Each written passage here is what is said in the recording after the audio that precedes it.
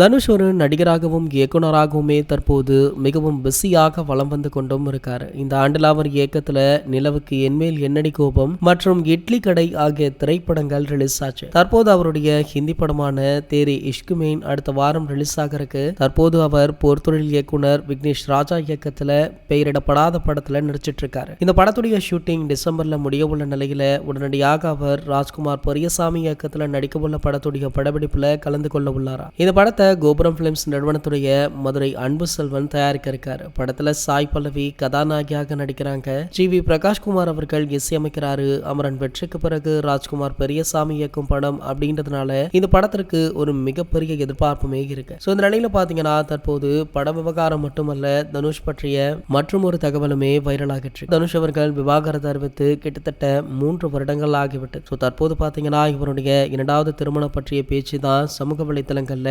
அதிகமாக இருக்கு. கூடிய விரைவிலேயே தனுஷ் அவர்களுக்கும் பிரபல தொழிலதிபருடைய மகளுக்குமே திருமணம் நடைபெற உள்ளதா.